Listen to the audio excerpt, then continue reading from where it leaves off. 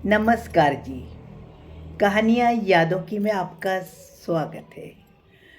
प्रस्तुत है नानी की कहानियों के अंतर्गत नानी के द्वारा सुनाई गई कहानी, जिसका शीर्षक है कर्म बड़ा या भाग्य। एक समय की बात है। एक गांव में एक नवयुवक रहता था। वह बहुत मेहनत करता था, परंतु फिर भी अपने परिवार का भरण पोषण अच्छे से नहीं कर पाता था।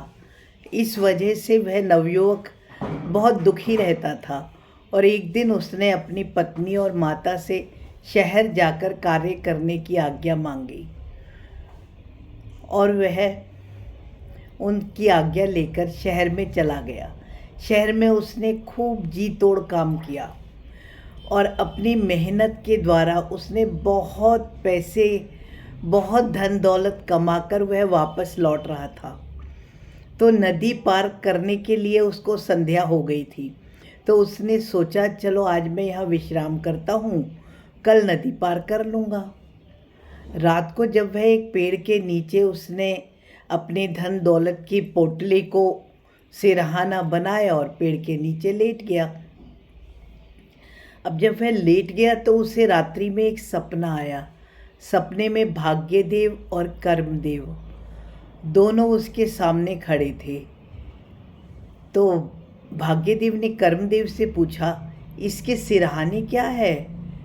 तो उसने कहा, देखो इसने बहुत मेहनत करी है शहर में जा कर के, तो मैंने इसको बहुत सा धन वगैरह दिया है। कर्म का फल तो इसको मिलना ही था। भाग्यदेव ने कर्मदेव से कहा, तुम्हें पता नहीं है कि इसको हम कुछ भी नहीं दे सकते, इसके भाग्य में तो इतना धन लिखा ही नहीं है।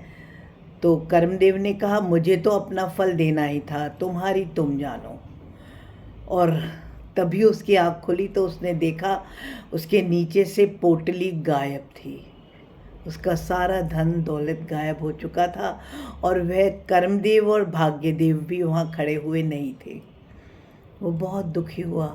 अब उसने वापस अपने घर जाने की बजाय उल्टा जाकर शहर में और दुगनी मेहनत करनी आरंभ करी।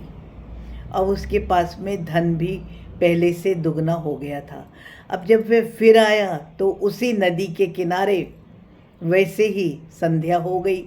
तो अब उसको पेड़ के नीचे ही उसने फिर विश्राम करा, पर अब के वह जागृत अवस्था में ही था, लेकिन अपना पोटली टिका करके वह ऐसे आंखें बंद करके लेट गया। तभी फिर पहले के जैसे ही कर्मदेव और भाग्यदेव उसके समीप आकर के खड़े हुए। भाग्यदेव ने कर्मदेव से पूछा, ये क्या, तुमने फिर से इतना धन दे दिया? कर्मदेव ने कहा, भाई मेरे को तो देना ही था, इसने इतनी मेहनत करी है तो मेहनत का फल तो मुझे देना ही है। तो भाग्यदेव ने कहा कि परंतु तुम्हें पता नहीं है कि इसके भाग्य में तो कुछ भी नहीं है। उसने बोला, हो या ना हो, मुझे तो फल देना ही था, सो मैंने दे दिया। अब वो जैसे ही उसने ये वाली वार्तालाप सुनी, उसने एकदम से आँख खोल ली और भाग्यदेव और कर्मदेव वहाँ ही खड़े थे, उनके पैर पकड़ लिए और कहा, नहीं, मेरा मेहनत को ऐसे जाया मत जाने दो, मैंने मतलब बहुत दुख उठाए है, मैंने बहुत मेहनत करी है। अब भाग्यदेव ने कहा, हाँ मैं जानता हूँ, परंतु अब मैं तुम्हारा भाग्य कैसे बदलूँ? फिर कर्मदेव और भाग्यदेव ने आपस में कुछ वार्तालाप करा और उससे कहा, तू वापस गांव में जा, और गांव में जाने पर वहाँ दो लोग मिलेंगे, धन जोड़ू और धन ओढ़ाऊ, उनको देख करके आ। तेरे भाग्य में तो धन नहीं है, पर तुझे उन दोनों में से किसी के भी जैसा बना दिया जाएगा। उसने कहा, ठीक है। वो गांव में वापस गया तो गांव में वो अब थक भी गया था। पोटली तो उसकी वहीं थी, पर उन्होंने वादा तो किया था। तो अब जब वह वापस गया तो उसको भूख भी लग रही थी। वो एक घर के समीप खड़ा हुआ।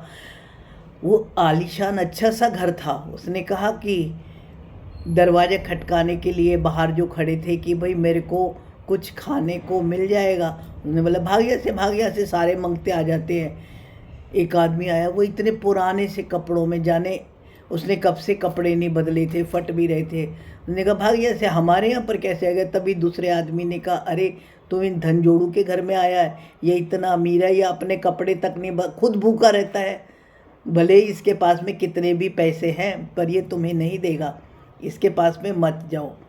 फिर उसने क्या करा, वो दोबारा से दूसरे वाले घर में, जो उन्होंने बोला था धन उड़ाऊ के घर में गया।